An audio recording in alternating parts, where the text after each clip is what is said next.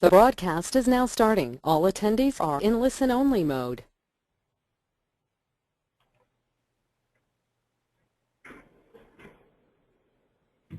Good afternoon. Hello, my name is Paul Hender. I'm the head of Insight Analysis at Gorkana, and this is the third and sadly final part of my webinar series on analysis best practice.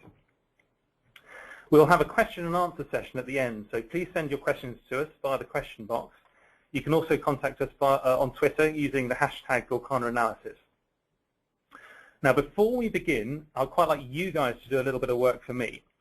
I would like you to use the question box, and if you could send me the names of 3 museums that are front of mind that are based in London. So the first 3 museums you can think of. Now, the reason will become evident later on. But notice here that I'm deliberately not doing this as a poll, so I'm not giving you the answers. I'm deliberately keeping it open-ended. This is an exercise in unprompted awareness. So if you could spend just 30 seconds now just quickly typing the first museums that come into your mind that are based in London.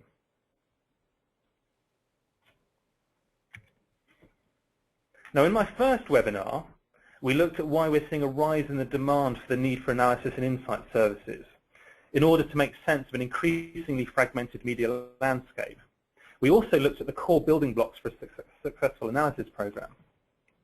In the second webinar, we looked at how to focus in on the right metrics to suit your organization's strategic and communications objectives. Here, we looked at measuring media outputs and how these relate to tangible business outcomes.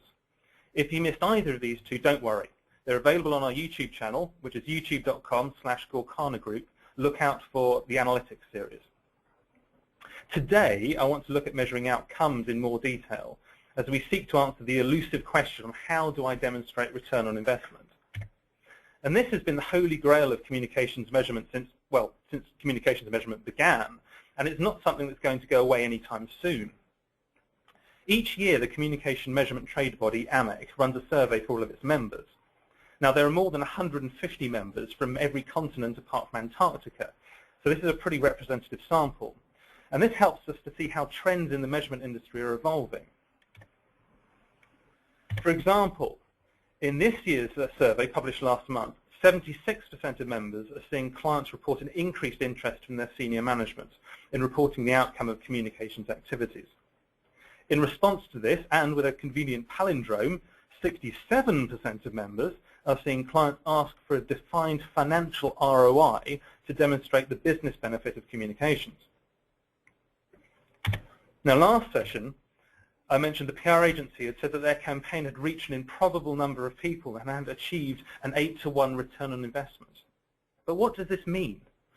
Well, ROI is a term that's very easily bandied about, so it helps to understand what it means. Very simply, if we invest money to do stuff, then the return is the amount of money that process produces. Usually, we want to exclude any additional direct costs associated with this, so the return is usually the incremental profit rather than the overall revenue. An ROI is usually expressed as a ratio of return divided by investment. So, for example, if it costs us £100,000 to buy a widget-making machine, and the widget machine churns out widgets that make £200,000 profit over 12 months, then our ROI is 2-to-1 in the first year. So far, so good. So why the problem with media relations? Well, let's take a look under the hood of our widget machine. We discussed this last time, but a brief recap is to think of our media relations process as having 3 stages: inputs, outputs, and outcomes. Input is the activity that stimulates a third-party influencer, such as a journalist, to write about our brand, which then appears in various media channels. And this may then have an influence on our audience, who, of course, then may go and buy our product. Marketing pioneer John Wanamaker once famously said, "I know that half of my advertising works, I just don't know which half." And the same is true of PR.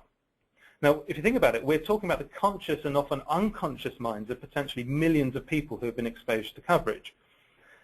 Building evidence to follow the links between a person seeing coverage and then making a decision about buying is hard, it's blurry. So the cop-out is to go back to output and to engineer a return number from here, which is exactly what happens with the frequently used PR value. And this is when you work out what it would have cost to advertise in the space generated by the editorial content. the advertising value equivalent. And then if you multiply that by, say, 3 to get a PR value, because of course editorial is 3 times more effective than advertising, but of course there's no robust research that shows that editorial is 3 times more effective than advertising. It's a type of urban myth that has grown up in the PR industry. Now that 8-to-1 return on investment I mentioned earlier was of course based on an AVE multiplied by 3. But AVE is not a return. It's not a financial benefit. It's merely an expression of how much one activity, PR, compares to another, advertising. But PR and advertising work in different ways. So why equate them? You don't have advertisers going on about their PR value equivalent. And of course there are other problems.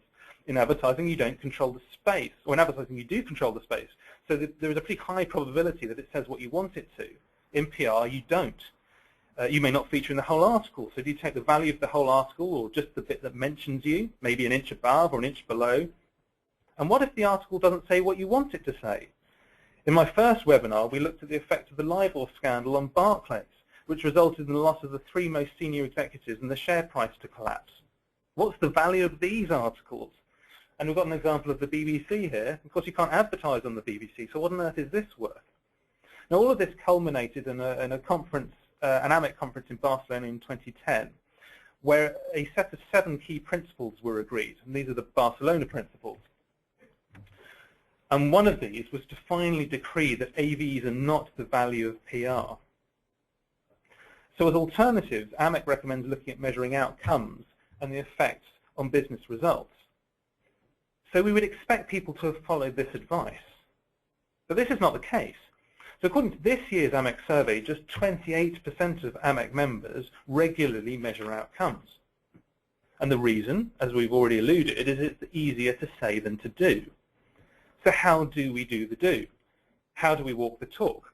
Or do we admit defeat and, in a stroke of irony, replace the advertising equivalent value with the advertising equivalent statement, half of my PR works, I just don't know which half? Are we stuck? Well, there might be a way forward, and we can use statistics to help us. Now, for those that start to twitch nervously at the mention of the word statistics, bringing back long repressed memories of maths lessons, do not worry, you're not alone. Statistics and probability are crucial to understanding the modern world, but the human brain often struggles to understand probability. And because we tend to rely on intuition, we frequently make mistakes. So, for example, many of us get nervous flying, even though we're told that flying is statistically the safest form of transport. And seeing news of the recent 2 Malaysian airline tragedies, and even today we've seen a Qatar plane being escorted by the military into Manchester Airport, of course it reinforces this nervousness. But we're much more likely to die driving to the airport than in the plane itself. But how many people get nervous getting into their cars? Let's take another example. If you asked what is the likelihood of 2 people listening to this webinar sharing the same birthday, most people start to think of the odds of 2 specific people sharing the birthday. Well, there's 365 days, so maybe 1 in 365, so they think it's unlikely. But once you have enough people, the number of possible combinations of those individuals increases dramatically along with the probability. If you have more than 50 people, there are more than 2,500 combinations, and the probability is more than 97%. So effectively a dead cert. So how do we use statistics to link outputs with outcomes? Well, let me give you an example of immigration. The recent success of UKIP has shown how important immigration is politically, and you only have to look at my wall of Daily Express front pages here to see how obsessed some of our media are on the subject. So it's not surprising that certain groups of people are concerned about it. We tracked coverage on immigration for the Home Office in the lead up to restrictions being lifted on migration from Romania and Bulgaria. And the Home Office uses something called the Mori Issues Index to track concerns of the general population. The Issues Index is a piece of market research that tracks the relative importance of each issue against each other. The Issues Index showed an upsurge in concern around immigration in July 2012 and again in the first quarter of 2013. And if we plot social media mentions against this, we can see that it follows a similar pattern. And we can visualize this, but we can also quantify the strength of the relationship by using something called the correlation coefficient. This is a number that goes from +1, which is a perfect positive correlation. The positive correlation is if one variable goes up, so does the other. For example, temperature and sales of ice cream. down to -1, which is a perfect negative correlation. And this is if one variable goes up, the other goes down. For example, temperature and maybe sales of scarves. And we can calculate the correlation coefficient of two data series pretty easily. So social media and market research data here, we have a correlation coefficient of plus 0.8, which is a very strong correlation. If we do the same for mainstream media coverage, we also see a similar result. Now, if we know how many data points we've got, we can work out how statistically significant it is. In this case, it's significant at a 95% confidence level. Well, what does that mean? It means that there's less than 5% chance that the relationship here is coincidental. Great. So armed with this, we can confidently say that media coverage causes changes in public opinion. Hold on, not so fast. One of the most important mantras in statistics is that correlation does not imply causation. So media coverage and public opinion are correlated, but we can't be sure of the causal relationship. It's true that people are likely to have their views shaped by what they read in the media, but it's also true that media organizations need to sell their content to the public, and this means that journalists are likely to write what will resonate with their audience. They will reflect public opinion. Social media, of course, blurs the lines further since it exposes the dialogue that the public is having with itself. Here's another example. Well, these two data series look to follow a close relationship, and lo and behold, if you run some statistics against it, we have a strong positive correlation. And indeed, this is significant at a 95% confidence level. But what we have proved is that the number of people who have drowned by falling into a swimming pool correlates with the number of films that Nicolas Cage appears in. Now, this is one of many examples from the Spurious Correlations website, which was set up by Harvard criminology student Tyler Vigan. Other nuggets are US spending on science, space, and technology correlates with suicides by hanging, strangulation, and suffocation, and consumption of cheese correlates with the number of people who die by becoming tangled in their bedsheets. Now, we've all heard that cheese causes crazy dreams, but I'm not sure it's that lethal. So does all this mean that statistics are worthless? Lies, damn lies, and statistics, and so on? Well, no. Tyler Vigan does make the point that we have to be careful about how we infer statistics, but he's also being a bit naughty. What he has done is trawl the internet for data series, and then pick the ones that happen to fit a positive correlation and then discarded the rest. So while there's a very low probability of any two random data sets showing a correlation, if you have enough data series, and there are clearly thousands available on the internet, the chances of getting at least one spurious correlation, like the shared birthdays in a large enough group of people, it becomes a dead cert. But I think the important point here is not the statistic itself, but how we interpret it. We need to use our experience, our knowledge of the way the world is likely to work, and of course use our common sense. So one of the Barcelona principles is that media measurement requires quantity and quality, and I think there's a couple of interpretations of this. One is that it's important to measure the quality of coverage as well as the quantity. For example, you need to measure favorability maybe or message delivery as well as just counting the clips.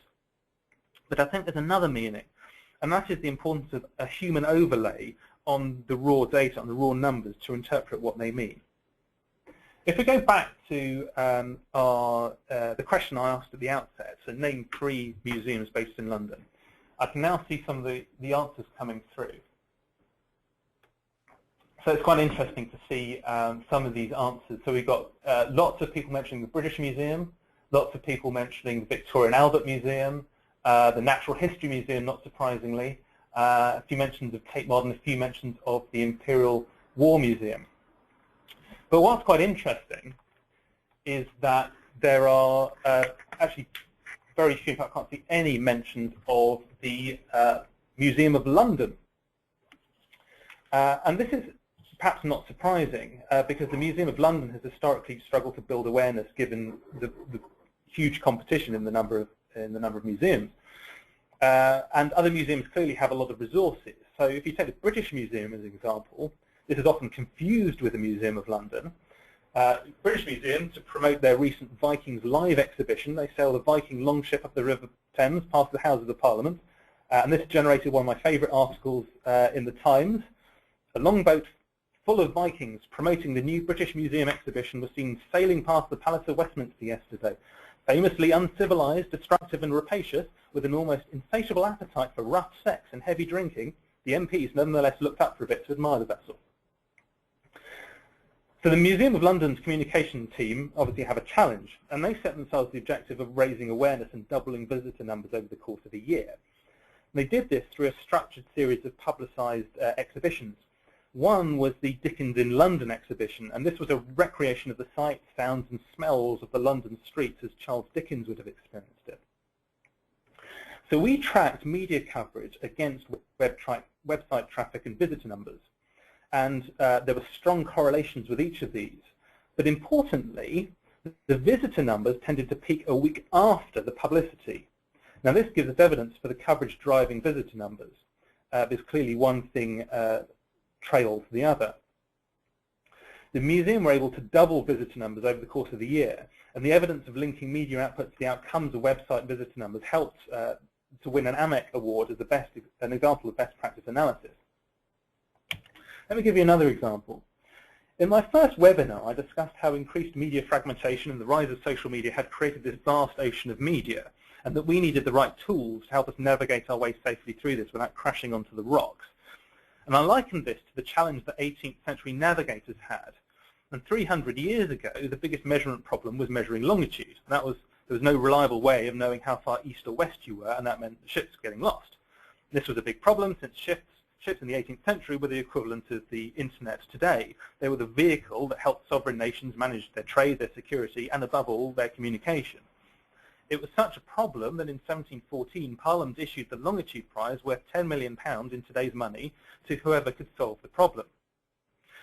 Now, I quite like that analogy, and I originally developed it because I was doing a talk to some master's students at the University of Greenwich, based in the Naval College, a couple of months ago. And of course, this seemed appropriate since this was the home of the Greenwich Meridian, which is the base on which longitude is measured. But I was amazed that within a week of this talk, I had read, I actually saw it in 6 o'clock news, that the Longitude Prize was being relaunched. And it was being relaunched by one of our clients, Nesta, which is a not-for-profit organisation responsible for promoting innovation. And the new prize, which is again worth £10 million, would go to whoever could make a significant contribution to solving one of the biggest scientific challenges of today. And the public could vote for which of 6 problems the prize would be used for, which included zero-carbon flight, dementia, antibiotics, food, paralysis, and water. And eventually, antibiotics won. Unfortunately, but perhaps not surprisingly, media measurement, as I'd hoped, was not one of them. Now, Nesta was supported by a number of partners, including the BBC, who dedicated a Horizon special to launching the prize, which was presented by Professor Alice Roberts. And the announcement of who won was on the One Show. There was a huge media interest. There were almost 700 pieces of mainstream content, which generated 700 million opportunities to see. The coverage reached 84% of the UK population. And within the coverage, 73% mentioned that the public vote would decide the focus of the prize and encouraged people to vote via the Longitude Prize website. There was strong interest in social media, so the mainstream media stimulated a lot of discussion in social media, particularly in the scientific community, with tweets from New Scientist, scientific journalists on The Guardian, who had actually set up their own dedicated blog, and celebrities such as Dara O'Brien. And when we looked at the interaction of mainstream and social media, we saw a very strong correlation, suggesting a strong engagement with the launch. So given all of this, you would have expected there to be a high correlation between the media coverage and the website traffic. But this was not the case. If we do the same correlation calculation that we've done before, we get a pretty low correlation. We get plus 0.25. And this isn't statistically significant. If we square this number, if we square the correlation coefficient, we get something called R squared. And this is something statisticians rather awkwardly call goodness of fit. And what it represents is how much of the variation of one variable is explained by the other. So in this case, it's just 6%, which is clearly very low. So does this mean we don't have any evidence that media coverage is driving website traffic? Well, let's not be so hasty. Because as we've mentioned before, we shouldn't blindly interpret statistics without a bit of common sense. If we look at the website traffic, we can see there are periods with a strong correlation, and there's one period with a very weak correlation, where there's this huge spike in website traffic, without a corresponding spike in media coverage. And this spike was because there was an e-marketing campaign from Nesta's partner Amazon. So what this shows is the challenge of looking at two variables in isolation without taking into account other factors that might have a significant influence. Now, luckily, there is a way that we can include these factors together in order to judge their relative contribution. Now, we can use statistical techniques to build what's called a regression model. Now, regression models sound complicated, but they're increasingly used to make sense of complicated situations with multiple factors. Examples include predicting the weather, through to modeling the economy, or predicting sporting outcomes. Now, notice here I've used Michael Fish failing to predict the storm in 1987, the Bank of England failing to predict the recession of 2009, and even the great Stephen Hawking, who, believe it or not, built a regression model to predict the probability of winning the World Cup, got it wrong. He actually predicted Brazil would win. But actually, to be fair to him, he also predicted that England were unlikely to do well, given that his model included temperature and the distance from London as being important factors. And all of this reminds me of a quote from the statistician George Box. He said that all models are wrong, but some are useful.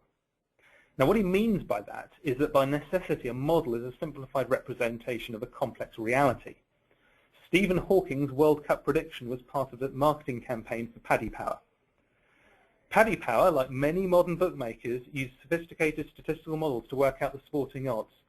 And given that they, last year, made 745 million euros net revenue, that shows that their models clearly fall into the useful camp.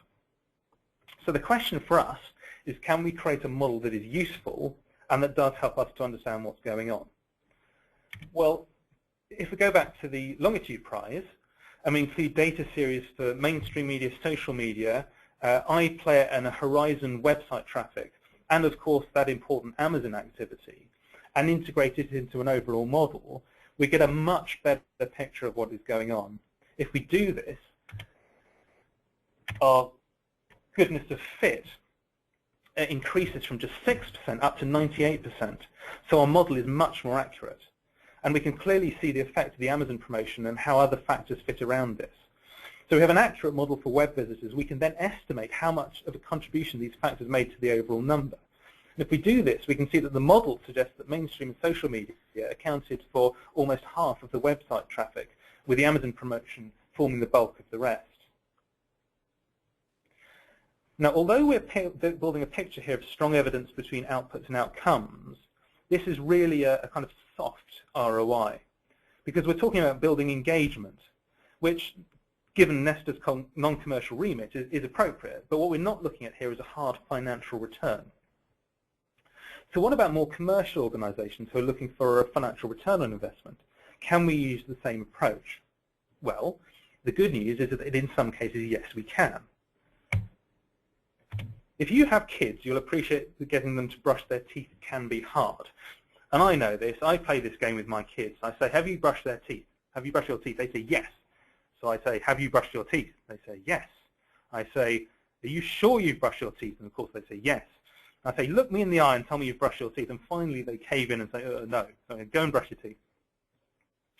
GlaxoSmithKline own the Aquafresh and Aquafresh Kids brands of toothpaste. And they have recognized this well-known situation, and they have developed a community to support busy and harassed parents to encourage kids to have a positive, to positively develop their dental hygiene habits. GSK used a variety of clever creative hooks to help with this, including tooth fairy calling cards, introducing the idea of tooth fairy inflation. And this is the idea that the rise in what kids get for losing teeth has outstripped inflation. Now, given what my kids charge me for our tooth fairy service, I can appreciate tooth fairy inflation. And finally, the use of an iPhone app, which has got annoyingly catchy music that keeps kids brushing their teeth for the recommended 2 minutes. And believe me, it works. We helped GSK to build a marketing mix regression model to explain the relative contributions of the different marketing channels over the course of 2 years. And when we did this, it showed that PR activity had an ROI of 4 to 1. So what that meant was that every pound spent on PR achieved £4 in incremental sales. Now, when we looked at this across other types of marketing, it was the highest ROI of any marketing activity. Now, this was a revelation to a business with a strong historical advertising culture. And it's encouraged GSK to use PR as an increasingly important part of the marketing mix and to measure how the marketing channels work in the future together by using these models.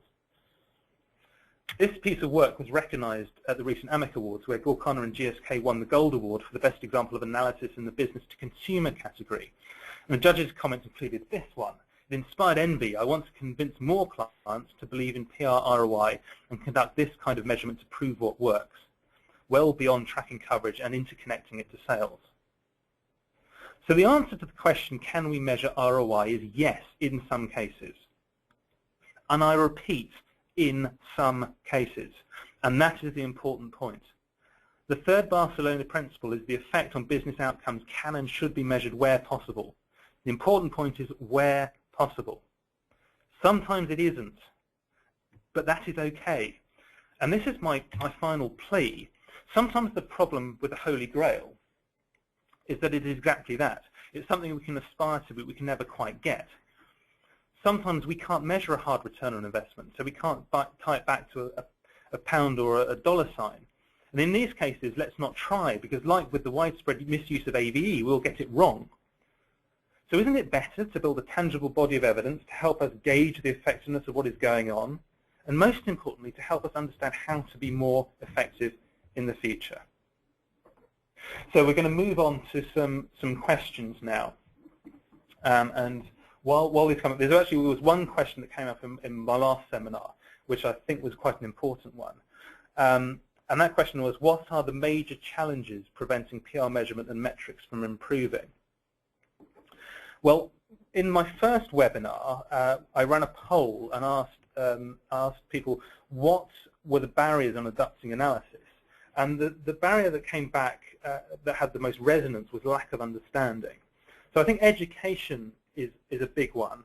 And clearly the purpose of this webinar is to educate PR practitioners, but other people in the industry, around how to approach analysis, how analysis best practice works. And there's other activity from AMEC. AMEC have established an AMEC college to improve a knowledge of evaluation. So I would advise you, if you're nervous about analysis, you don't understand it, then please come and ask or contact AMEC. I think the other challenge is, and I've noticed this, that PR can be quite parochial, it can be quite inward-looking. And I think this is an important time. It's a time where PR must not be seen as operating in a silo. We hear this term big data, and for me, big data is about, it's almost a cultural thing. It's a mindset of looking at combining different data sources that you wouldn't naturally combine to try and make more sense of what is going on. And we've seen examples with GSK of linking it with other forms of marketing, with sales data, with customer data. And I don't think we should be nervous about sharing data across an organization. I'll give you an example. I won't mention who it is, but our largest analysis customer, half of the budget for it actually doesn't come from the communications team. It comes from the marketing insights team. And I think this is a sign for where things are going to go. Another question I had was, has your approach to measuring PR changed since the Barcelona principles? Well, the short answer to that is no. And the reasons for that is that we were really glad when the Barcelona principles came out, because they represented our approach to analysis.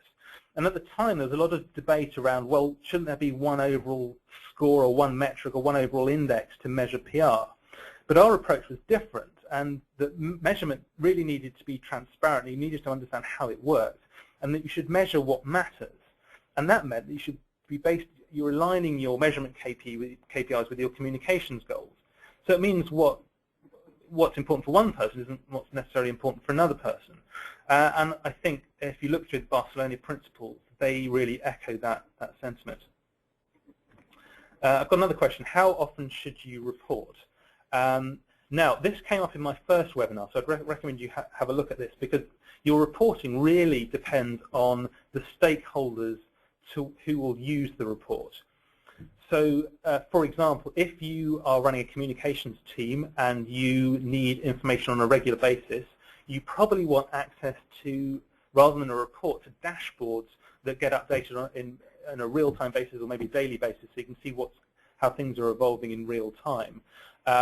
If you want to communicate within an organization, maybe higher up the organization to the C-suite, then you need to fit in with their reporting cycles, which tend to be monthly or quarterly. For many organizations, regular reporting isn't appropriate. We have a number of customers where it is more appropriate to measure things on a campaign-by-campaign basis, and again, that's fine. So it really depends on who the audience is and how you operate.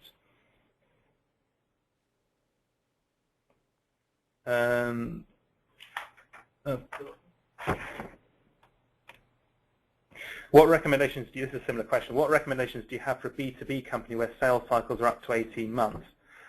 I think it comes back to this point around building evidence, that you don't have to go straight to trying to link your media coverage to sales, particularly if you're not necessarily going to get a direct return. You know, it takes 18 months to get it from a customer hearing about you or being warm, a lead, to actually closing business over 18 months. And I can appreciate this. Our business, it takes several months to, you know, from talking to a customer about analysis to them to then to get budget for it. You know, it takes several months for that to happen. So I think in that situation, you need to really be building evidence before the customers have actually bought the product. So this is around maybe doing market research to understand how they're responding, obviously to measure the outputs of the media coverage in the first place, to look at social media engagement, because that gives you, that's more of a leading indicator rather than a lagging indicator. Oh, okay, so this is my final question, and I think it's a great question to leave on. Do you think that PR is growing or receding in importance? There's a nuance to the answer to the question, which is I think there's a great opportunity for PR to grow, but I think we need to be careful. And this goes back to my point about PR, that it can have a tendency to be parochial. What we've seen is huge changes in the media, and the fact that media fragmentation, the rise of social media, has meant that controlling messages is much harder. For most of the last 50, 60 years, the marketing has really been dominated by an advertising model. And that's where we control the space, we control the content, and we effectively force feed the audience what we want. We interrupt them. But our audience is becoming much more powerful. They can stop listening to our adverts, they can fast forward, they've got Sky Plus, they can fast forward through adverts, they can answer back on social media. So earned media is clearly increasing in importance over paid media. But the challenge is that who can best take advantage of that? PR people should be able to, because they have a background in talking to influencers, influencing influencers, and therefore generating earned media content. But of course, advertisers know this as well.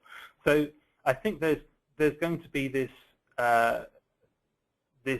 competition for who can own this space, and I think that PRs really need to understand this and to be social media savvy, but also to be able to measure it as well, because if you can't measure it, you're not going to be seen as effective. So that's my final question. My thanks to you all for listening. Thanks for bearing with me over the last 3 webinars. It's been fun doing it. I've enjoyed it. I hope you've enjoyed it. I've tried to make it fun. I've tried to make it as interactive as possible as you can with a webinar.